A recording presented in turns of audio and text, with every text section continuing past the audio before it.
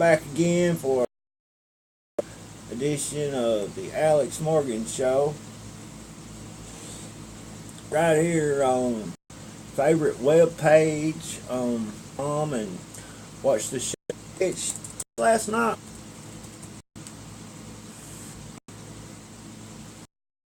It's pretty good. It was a pretty good speed.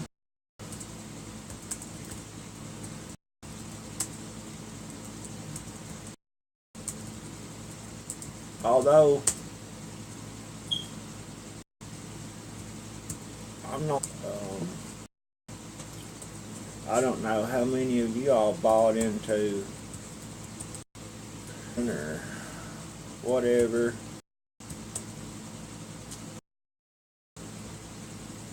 Well, yeah,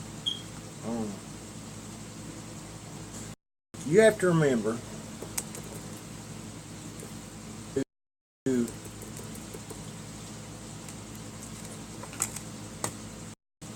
say he's been extremely successful in his all of his, well, not all of his ventures, well, at times, but early sent to military, and I guess while military he respect his elders, and which is good. I'm not in that one bit. However, what I am knocking is the fact that he went back on his promise. Well, I won't say that he went that he lied. I'm not going to say that he lied of that war as soon as possible.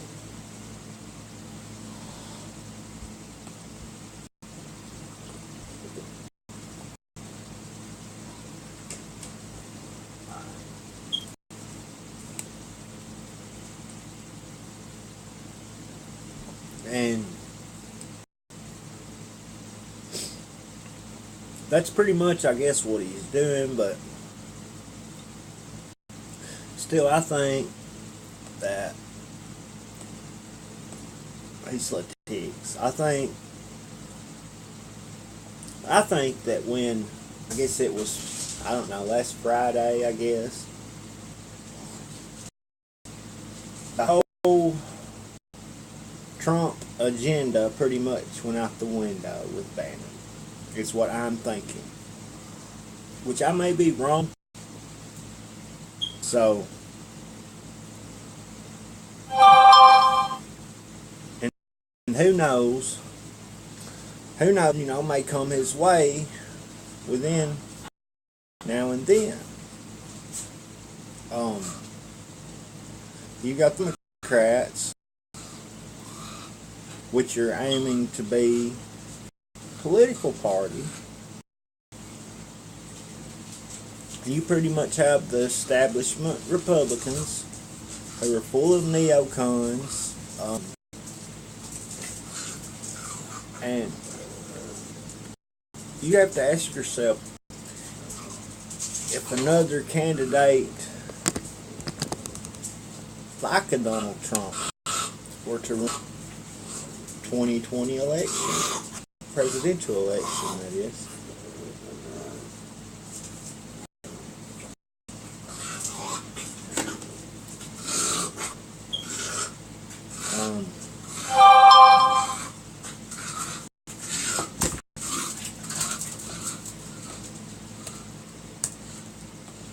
I have a lot of news today.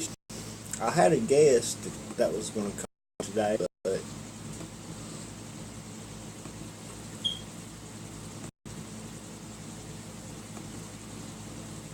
I pretty much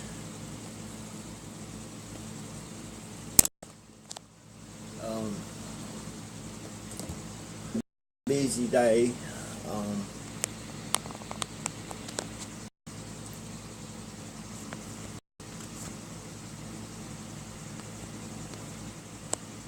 And I've got broke down costs I've been trying. Folks, I'm ever going to keep this website going, this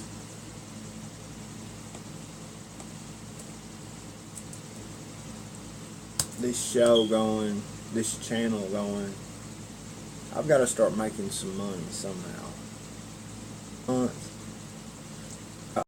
Bills coming up, and heaven knows that I hate to see it.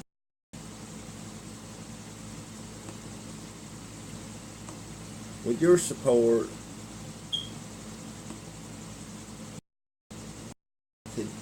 I could do great things, okay? I could hire a person or me.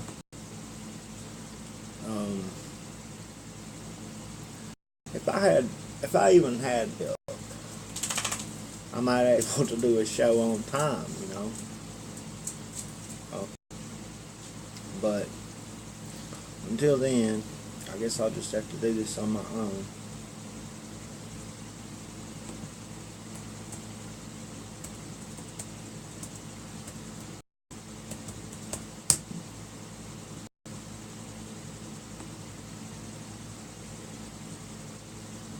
Making sure everything was, yeah.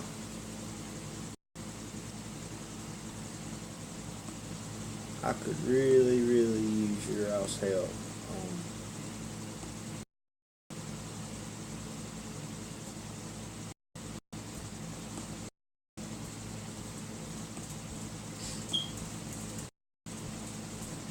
Here's what MSNBC was saying about the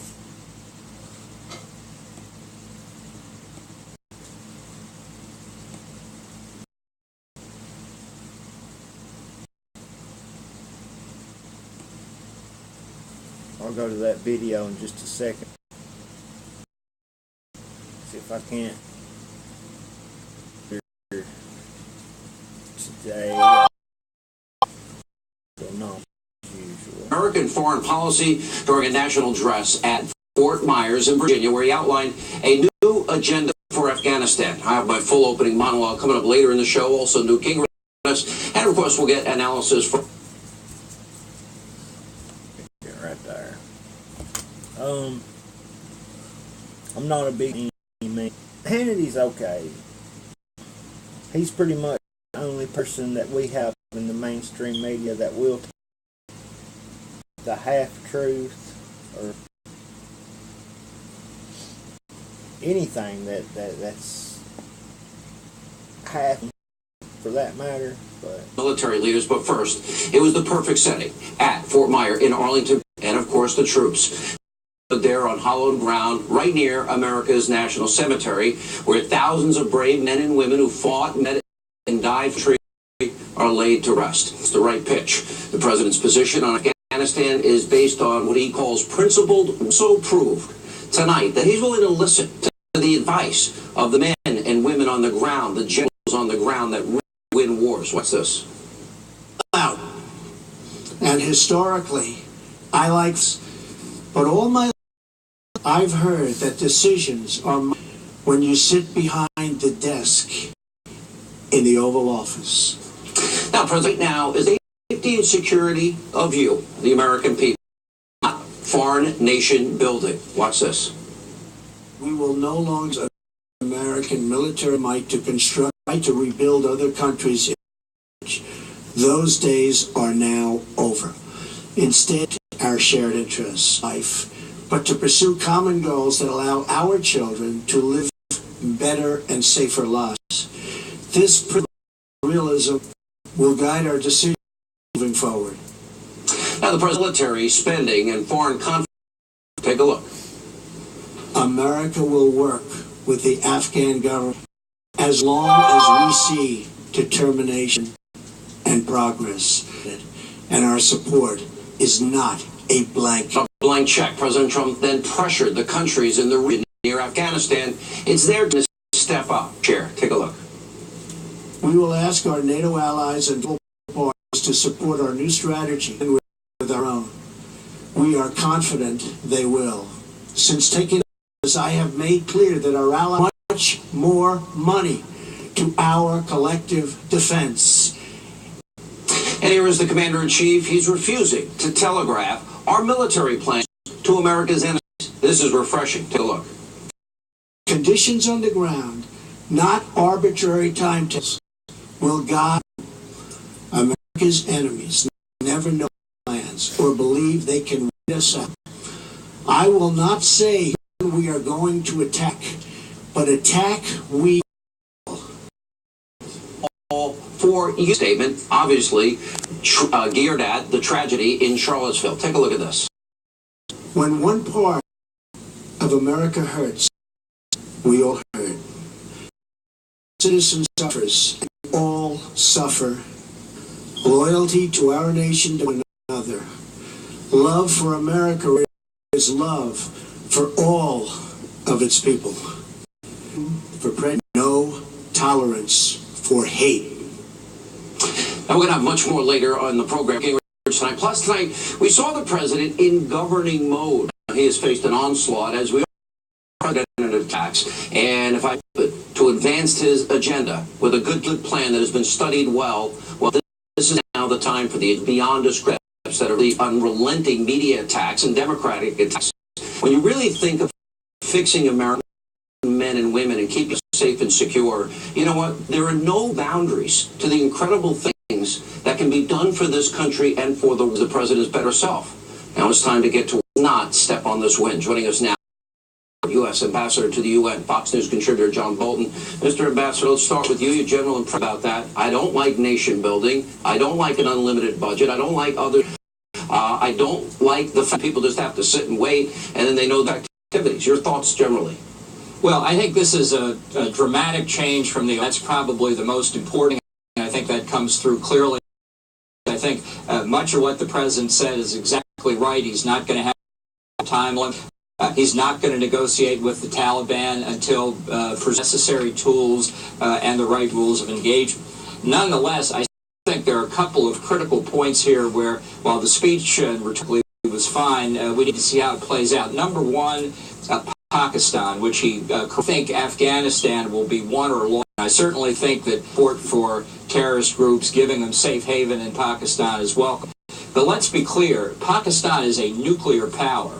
Tip into terrorist control themselves would give us Iran or North Korea on steroids now. And there's one word from the president's speech that I think should, and that word is China.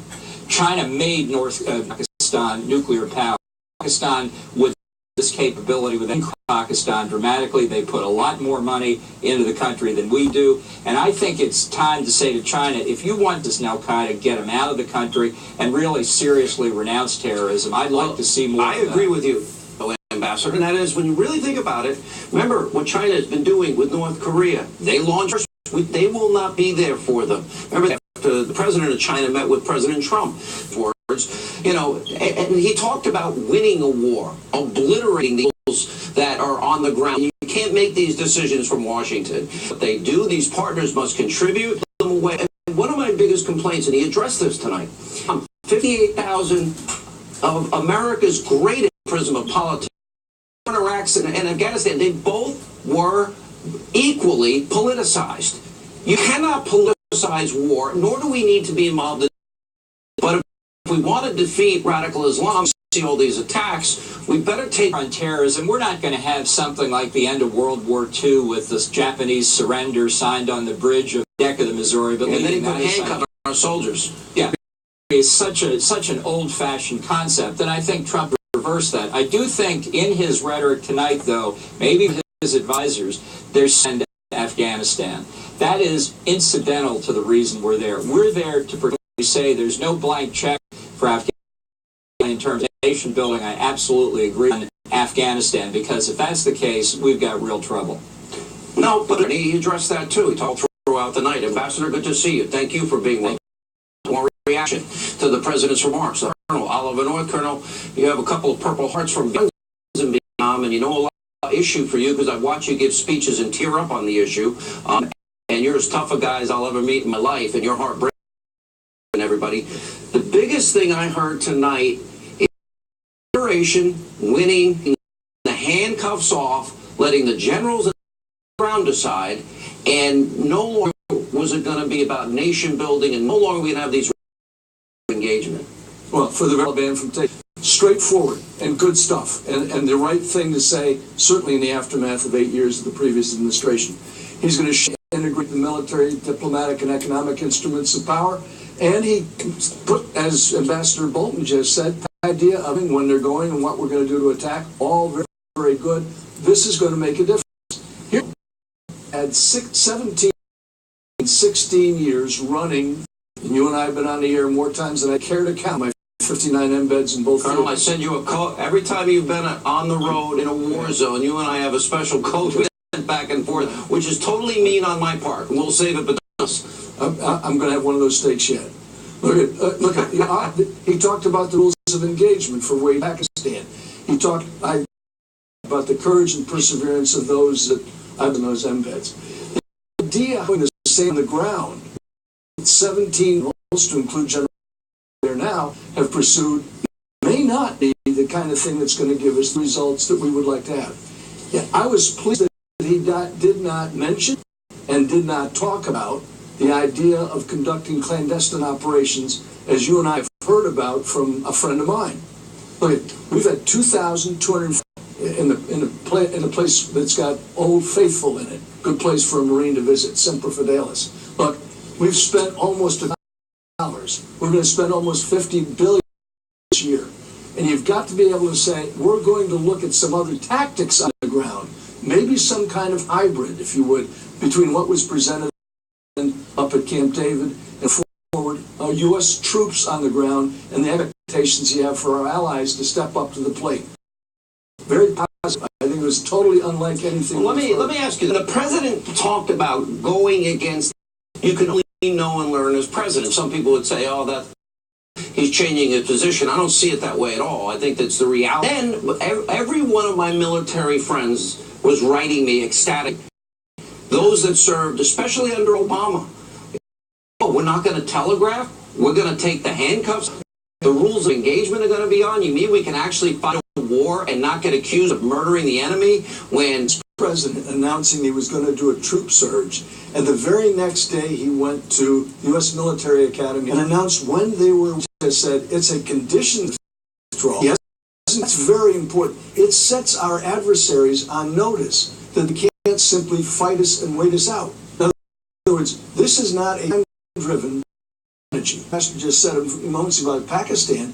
It puts them on notice. And the rules of engagement so that they're defined now in the battlefield. And I hope that. Don't get me wrong, buddy. No, look, I love your love of the military, and I've been out on the road with you and in hospital. No, and why would any president in the craft what we're going to do? He's not saying how many troops. He's not saying what he's going to do. He's just promised overwhelming use of military force, the people that know best. Absolutely the right thing to say. Not Obama. I'm talking about President Trump. I know that. On. I'm just hoping the strategy allows room for some, if you will, actually live with the Afghan troops on the ground who fight on the Afghan ROE. Yeah, I just, covert operations, plausible deniability. Perfect thing, because I know some people were thinking, well, he ought to reject it out of hand. And some of the folks that we've had on previous shows have said, rejected it. This speech tonight needed to be given. It was the right thing to say. It paid back to the soldiers, sailors, airmen, guardsmen, and Marines that you and I have come to know and love, their sacrifice and their perseverance. There are people serving jail time, and before he became a platoon leader, Clint Lawrence was tasked with dealing with a platoon that had previously, in the prior week or two, lost were their brothers. That literally right before, motorcycles with explosive devices, charging the troops, wouldn't listen, wouldn't stop. He has to make a second decision. Well, he's now spending time in jail. I'd like to see get a pardon. Well, the president has the power to do that, and that's the good thing. This is a commander-in-chief who loves those who put their lives on the line. He said that again tonight. I think his acknowledgement at the very beginning, when he says, is a remarkable, no previous president in my said that. Yeah, I look forward with great respect to a president who can do that. All right, Colonel, good to see you, and safe home, friend. Thank you. Semper Fi, buddy. When we come back. So there you have the positive speech from the folks over at Fox News. I mean, which is nothing out of the ordinary when it comes to Donald Trump. Hannity is always back on Trump. One of the most interesting things that I've heard after speech last night, this was I'll play it in a minute, I'll tell you about it. This was today on the Alex Jones show. Him, Pajanic was talking about the speech last night and doctors and things, not only to do with this presidency, but prior presidencies before us. We're a big enough show now where if he's not going to tell him the strategy, because you don't tell him that he's betrayed us, I'm kind of in a quandary here. But Trump always told us what he was going to do, that he never lied to us. He hasn't lied to us. He said, I will not tell the enemy what I'm going to do on the table when we do something military. You hear all the positive rhetoric right there from Alex Jones, just as usual,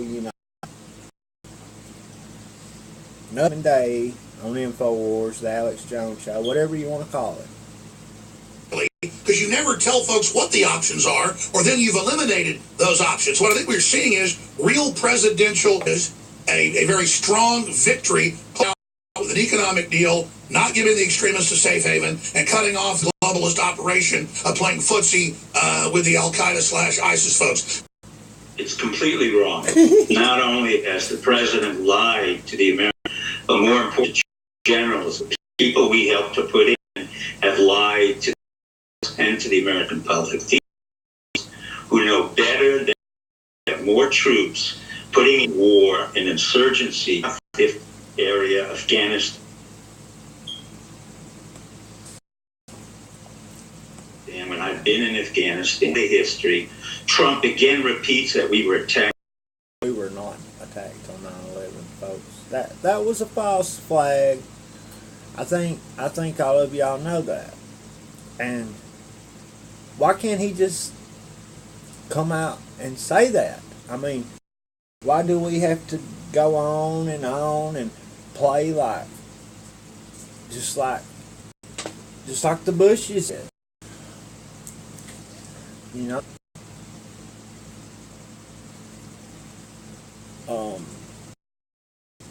Fathom that just conspiracy, whatever the hell he said. But yeah, there wasn't no attack. There's no way team, whatever, could hijack 4 aircraft the way that they did, pull off the kind of attack they did. Show it wasn't about Brave or any of the guys. It was about guys like me who said these generals are. They're moral, intellectual. I knew that about matters. But I had warned my G2, you put these guys in and they act in a different way, I will turn you and I will have every American turn against you. Because this is a disaster. Master is an idiot. He knows very well does nothing. The Pakistan is Pompeo's that this was created by the Inter-Service Intelligence Agency and created the Inter-Service Intelligence. There was no terrorist in or Iraq, and these moral cowards and their ineffectual. Stated as a former rear admiral and a military officer who resigned, this is the most absurd thing you could have done. Trump is now on this that we will get against him. The alternative, Eve Quayle and others, and one of those generals, any idea how Karzai came in there? I was there the day Zalmay, the neocon who was born in a CIA operative who was in the West Bank and Gaza, a moron who never did anything in his life, brought in Karzai. And then his heroin dealing brother. So let me ask you this. We're going to skip the break. You got plenty of time. Hold on. Because I want to be clear. I don't call up and pre-set up what we're going to talk. Hey, watch him backtrack. I mean, wars and all that, but God Almighty, man. If you're wrong about something, you're just wrong about something. That's all. I mean, not knowing what's going on is not what it's all about. Steve Pacini, he's an ex-CIA agent. He's sitting right there, found by the CIA. It's out by the CIA, excuse me.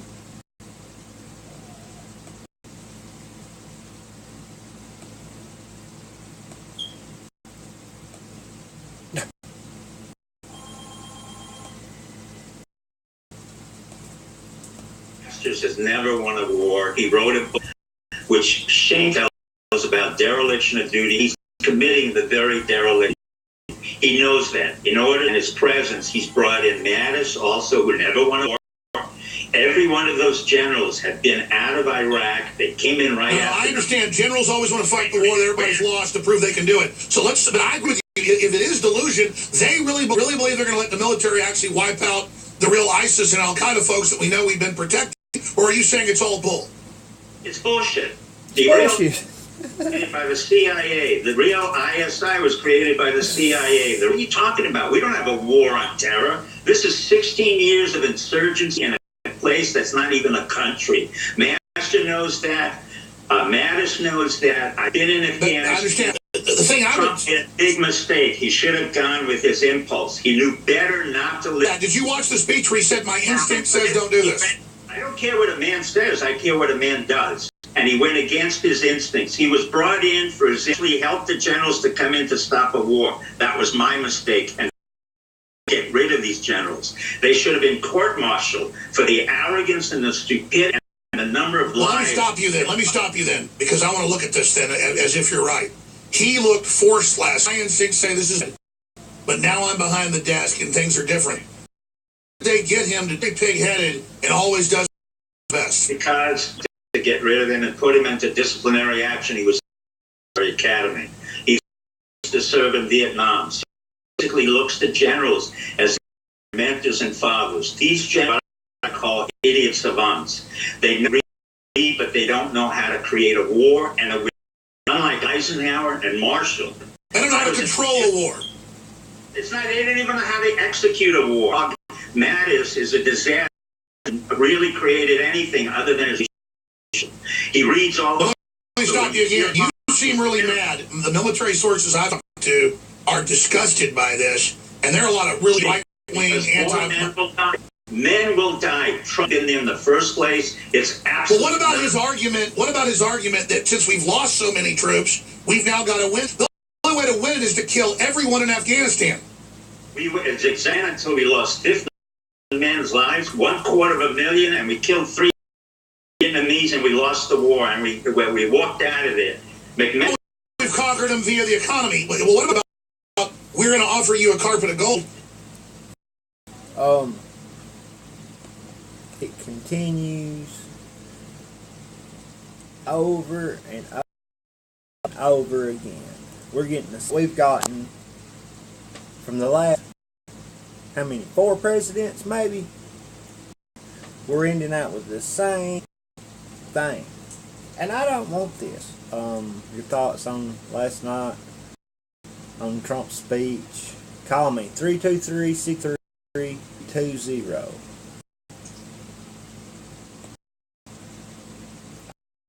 What y'all think? But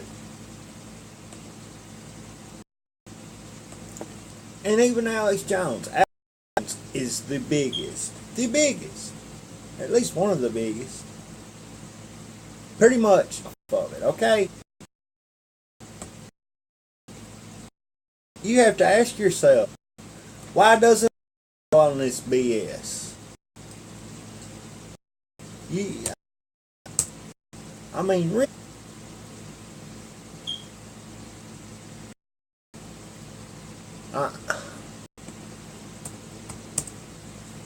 folks, I'm man enough to say when I've been wrong many times, I did not think I was wrong about Trump. And in actuality, I probably was at the time, but from the left, day in, day out, and he's listening to these generals every day, you would have to think that he changed his politics, a little bit. Especially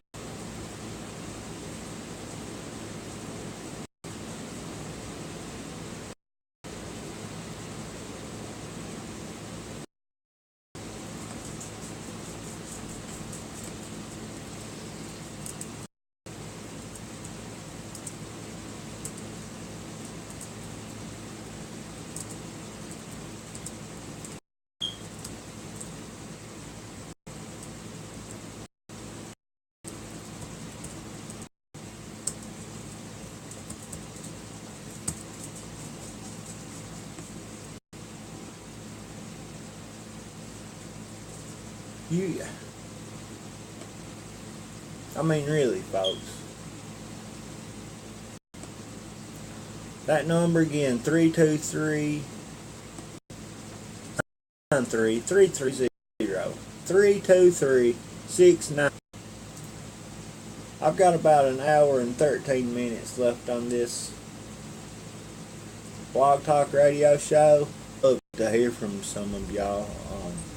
Doesn't matter who you are. It doesn't matter what your views are. As long as you have, I'm interested in hearing about it. And but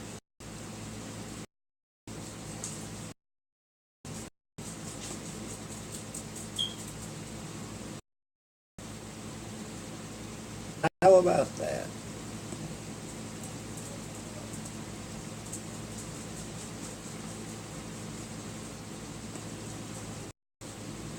Of all the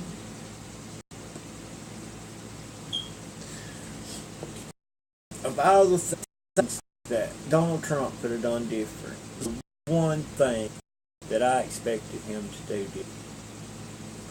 I want troops to come home. I'm tired of losing soldier war. Okay, you're not going to win.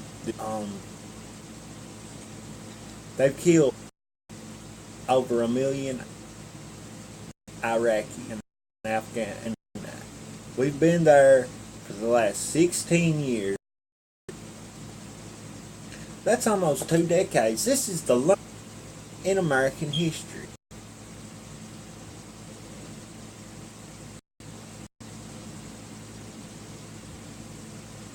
Yet,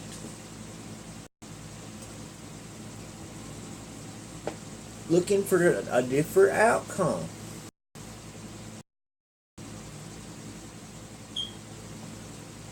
I don't get.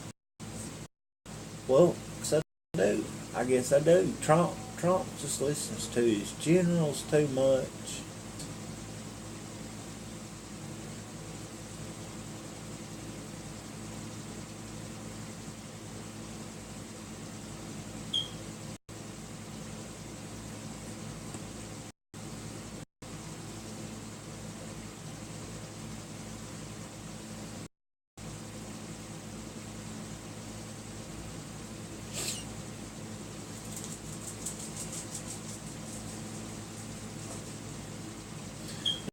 Folks, if anybody's listening out there tonight, I'd love to hear from you. 323-693-3320.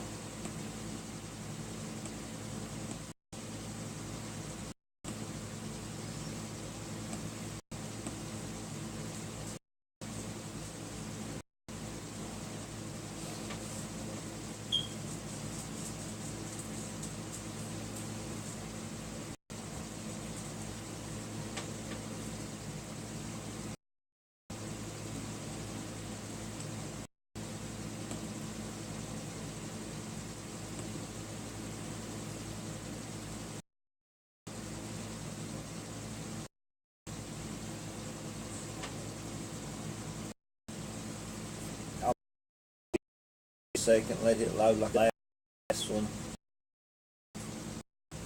But folks, we need to really get. I'm not sure that conservative will continue to support. Will you vote for Donald or next election, 2020?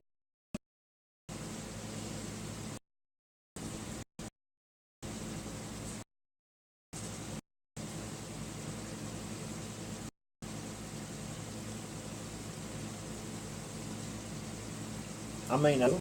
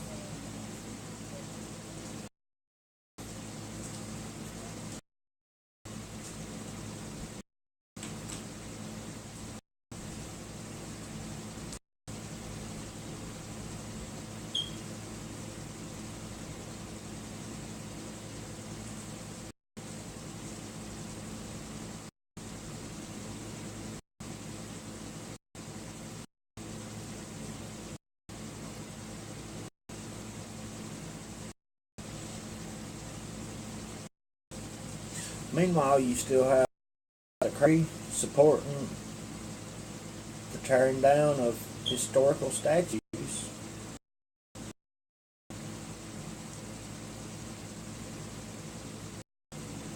And I'll tell you, that's not it really subject here. I'm sorry. Last night, President of Afghanistan. The plan continues America's engagement, provided few reference to how many additional troops are going to be deployed. That speech marked a major policy reversal. Trump urged the United States to get out of Afghanistan. Original instinct to pull out. And historically, I like my instincts. But all my life, I've heard that decisions are much behind the desk in the Oval Office. In other words, when you're president of a core pillar of our new strategy is a shift. We will not talk about numbers of troops or our not nation about Pakistan. Its commitments to further develop its strategic partnership with India, the world's largest democracy and a key security and economic partner of the United States. We've said we didn't vote for Donald Trump, but we just hoped at the very least that the magnitude of the office and the responsibilities would weigh on him enough that he wouldn't do some of his bad habits. Well, last night it sounded like at least he admitted that at least in one way, the weight of this office, the response did get him to change of view, and that is Afghanistan. When you sit behind that desk and you understand for the first time, we can't in Afghanistan, but we sure. Joe, it was a somber speech. It didn't have any of those flourishes of hyperbole, where the president was saying, "I really mean it," and it's beautiful too. I think cut what he says. This was straightforward, and you had a president who really had wanted to get out of a war he thought didn't make sense, and now after working with his generals, working with his advisors, that it is, even if he doesn't have a, he said he did, but there are no details of it, and nobody I've talked to a plan for something fundamentally different. He does know that walking away, this commitment that's been going on for 16 years would be a mistake. He needs the platform in Afghanistan to conduct operations there, and more of what he's decided to do, although he didn't really state it. This is a counterterrorism platform to give up right now. But we're back in the world of pressuring Pakistan, carrots and sticks for Pakistan. He didn't talk about nation building for Afghanistan, but inevitably when you build an army, that's implicit. It was a moment where the realities of being rhetoric and change. And the realities of what is facing in Afghanistan and what the stakes are in Afghanistan is something that I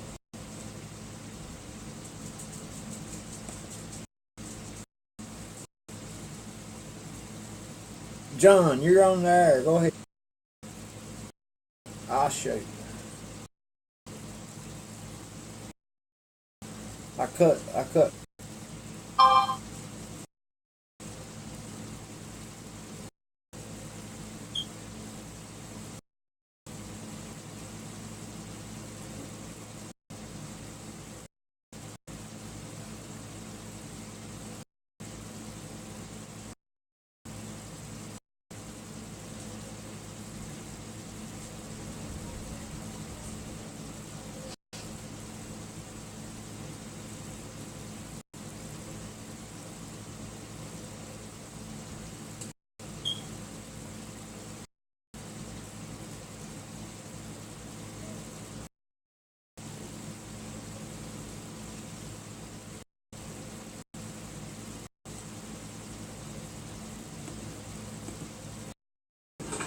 our leaders are going to have to be more honest about, David. I remember back in 2004, 2005 asking a special ops guy, Iraq, sending troops to Iraq to distract us from our mission in Afghanistan. How badly does that hurt us? And he said, well, if you take all the troops in Iraq and invade Pakistan, then make it to the root of the problem. He said, but this isn't a war with Afghanistan. This is a war with Afghanistan and Pakistan, and we're never going to be able to.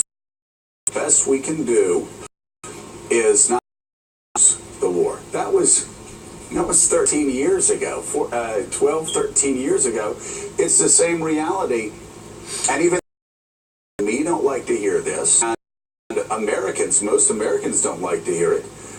We just may be in a situation like we were in Afghanistan, where leaving and people like I made that point after all done. That Obama was determined to fulfill his campaign pledge to pull the troops out of Iraq, and the result of doing that was to create a came ISIS. We all watched it. We've all had the same lesson. The president has too.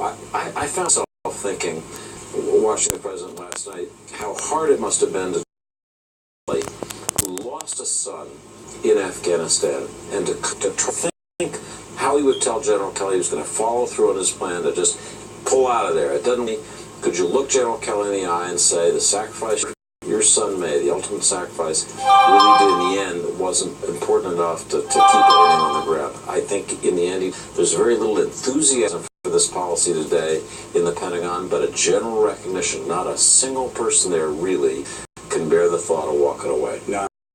And I don't know that the realities on the ground are any different in 2017 than they were in early 2003, let's say. But at the same time, America, so Donald Trump had a lot of simplistic clouds cheer. There's nothing easy, there's nothing simple, there's nothing pat about our policy in Afghanistan now. What's the takeaway and what's the political impact? Well, bitter irony that pretty much thing in a president's inbox for the last three presidents leads to roughly the same conclusion. You can't walk away.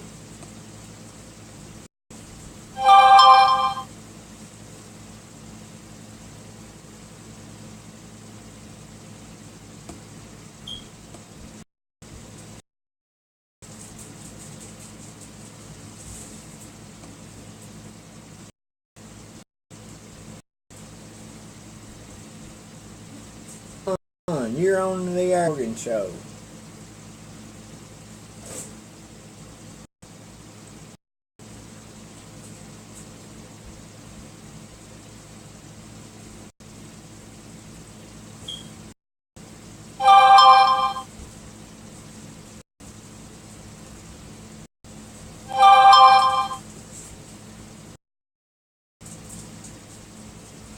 John, you're on the air. Go ahead.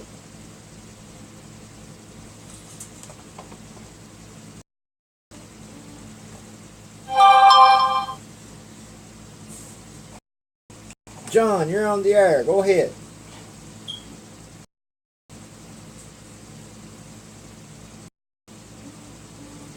Ah, shit.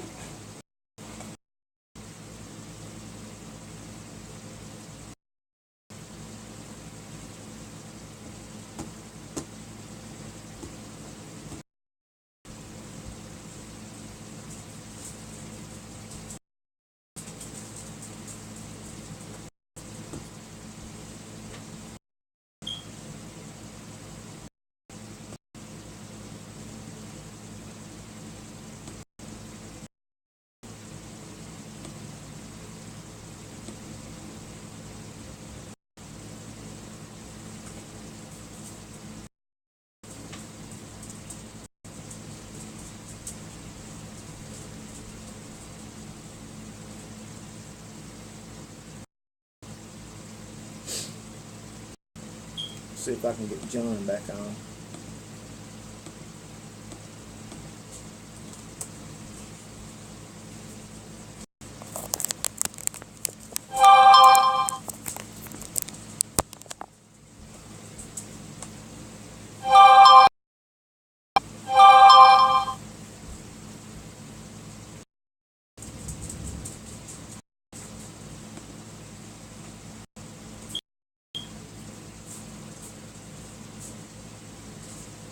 But yeah, even you have the people over there at MSNBC not supporting Trump. Even Lindsey Graham last night was, smiling and this and that.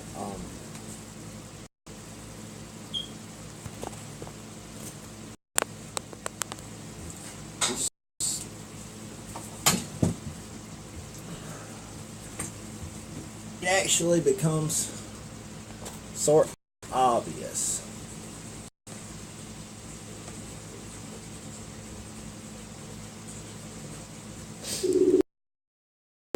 Let's see if we can get John back on here.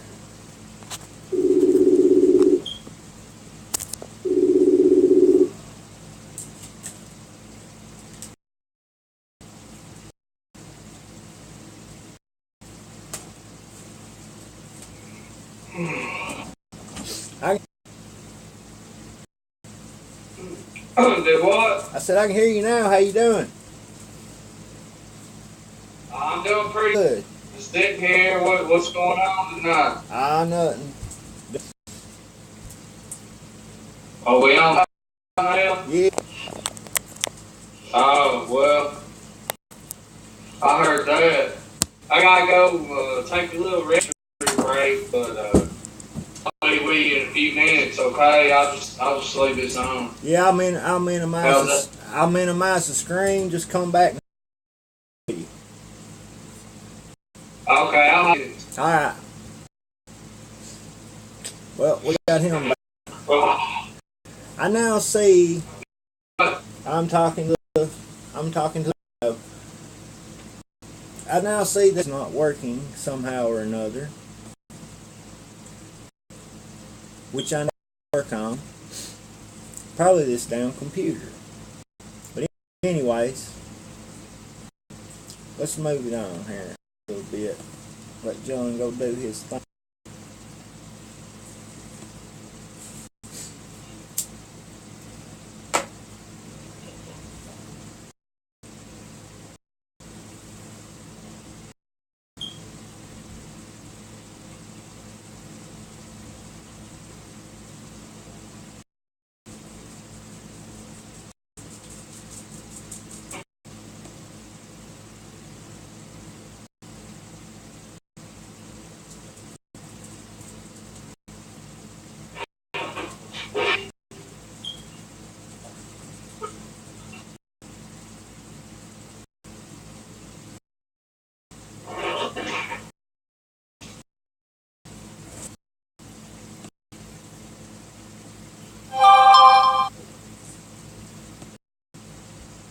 You back?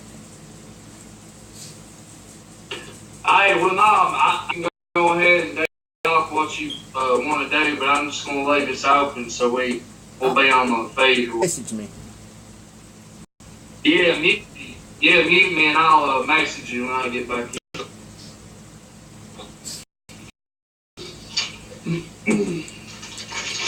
I thought I had him on mute.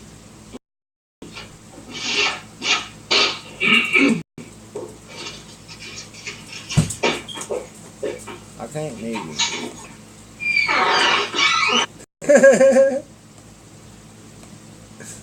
I can't mute, buddy. I can mute me, but I can't mute you. Let's see.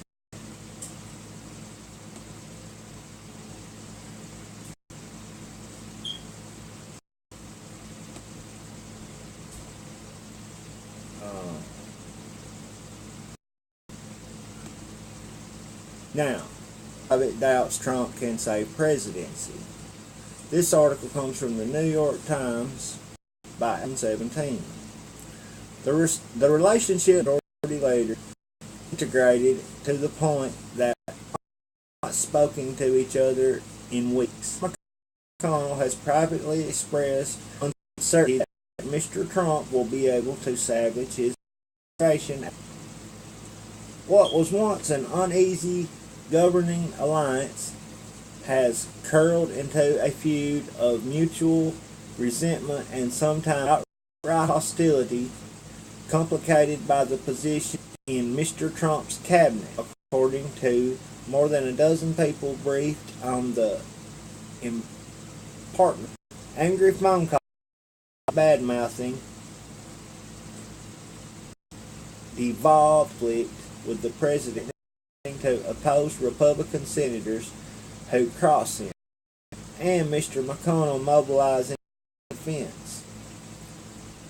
The rupture between Mr. Trump's perilous moment for Republicans who face a number of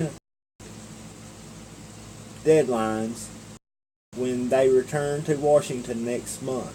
Congress must approve new limit on government borrowing within weeks of reconvening, and Republicans push through an elaborate rewrite of the federal tax code, relative error on any front. A protest shutdown of a default debt can be disastrous for the economy and for the party that controls the both chambers of Congress. Yet Mr. McConnell are locked in a political cold war.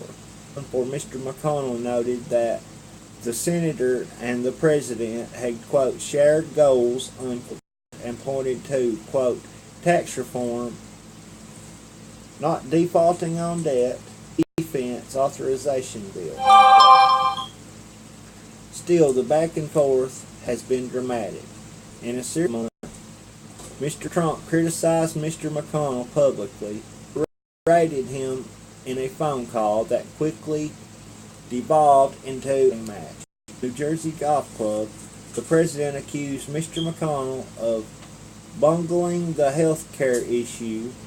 He was even more animated was the Senate leader's refusal to protect him from the investigations of Russian interference in the 2016 election, according to Republican briefed on. Mr. McConnell has fumed over Mr. Trump's regular threat against fellow Republicans and criticism of Senate rules. Trump's understanding made sharper comments in a private describing Mr. Trump as entirely unwilling to learn the basic. In offhand remarks, Mr. McConnell has expressed a sense of bewilderment about where Mr. Trump's presidency may be headed, mused about whether Mr. Trump will be in a position to lead the party into next year's election and beyond, according to maintaining a post of public reserve. Mr. McConnell expressed horror to advisors last week.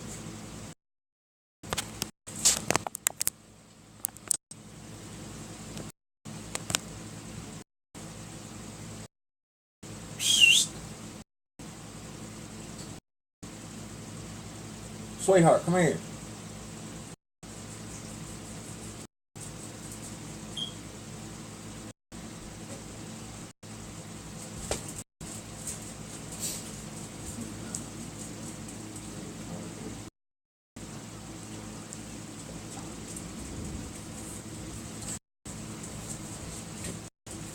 I think my camera is getting ready to die, and maybe the battery is even quit. It's quit charging. I'm going to try a little something here, but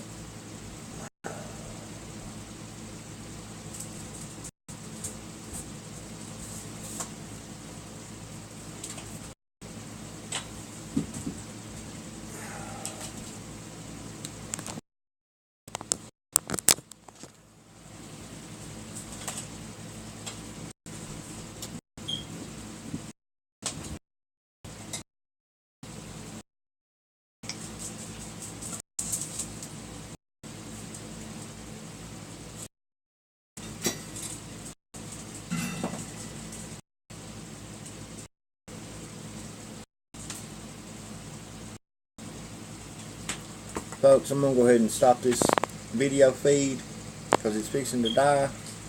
I'll be right back.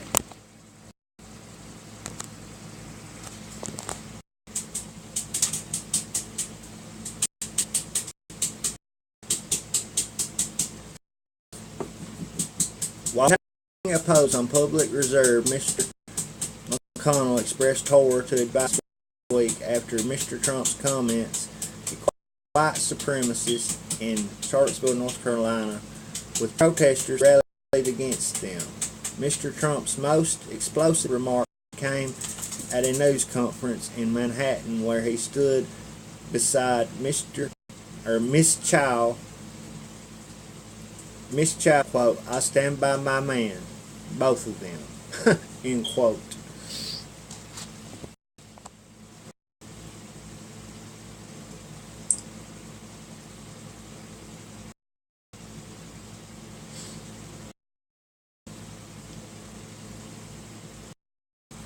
Mr. McConnell signaled to business leaders that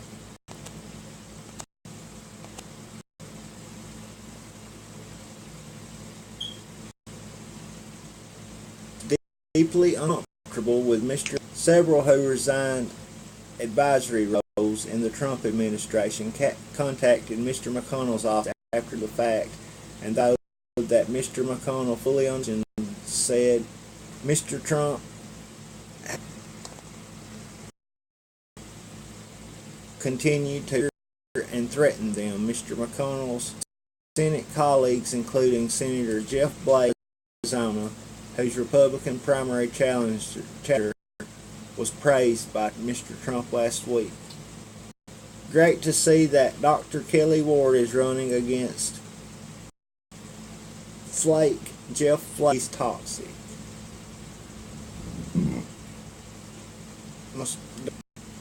It says that he tweeted that on August 17, 2017.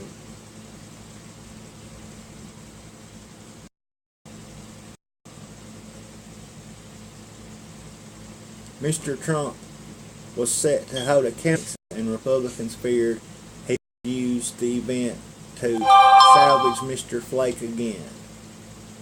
If he does, senior Republican officials said the party's senators would stand up for their colleague.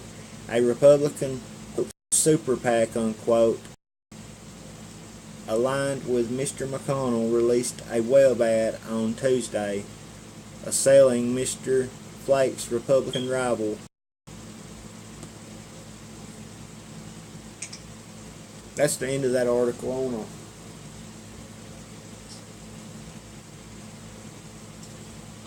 to play this because I've not yet listened to it.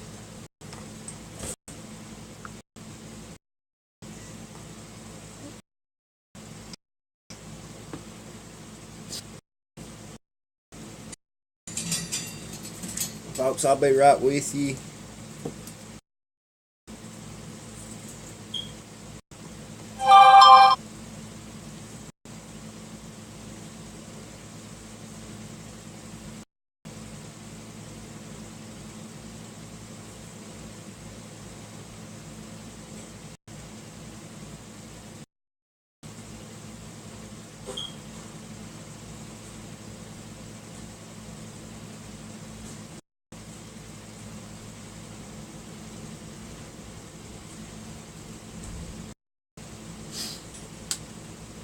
gonna go ahead and set up.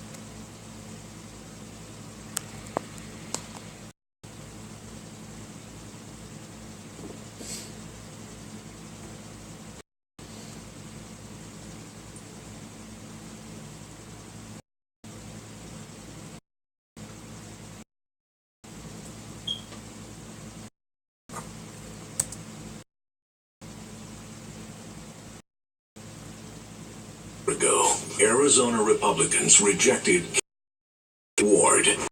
Remember why? Ward wasted your tax dollars for on chemtrail conspiracy theories. And during chemtrail legislation, I'm open. I introduce legislation all the time. About another chemtrail town hall? I do it again. Chemtrail Kelly's got her head in the clouds.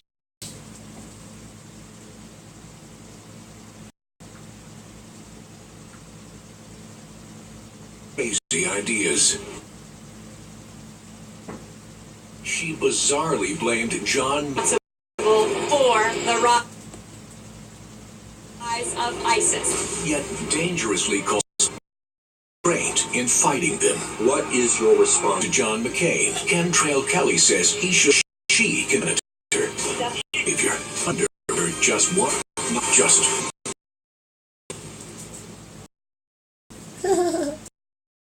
So.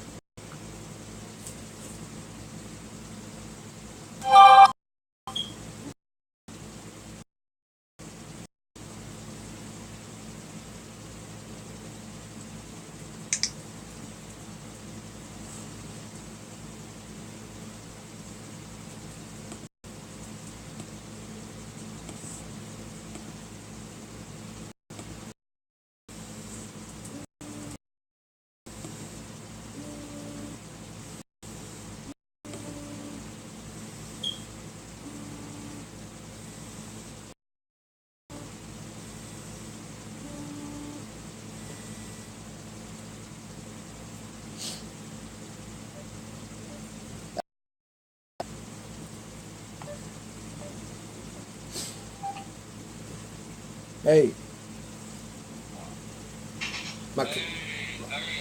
my camera's dead, and I think my back.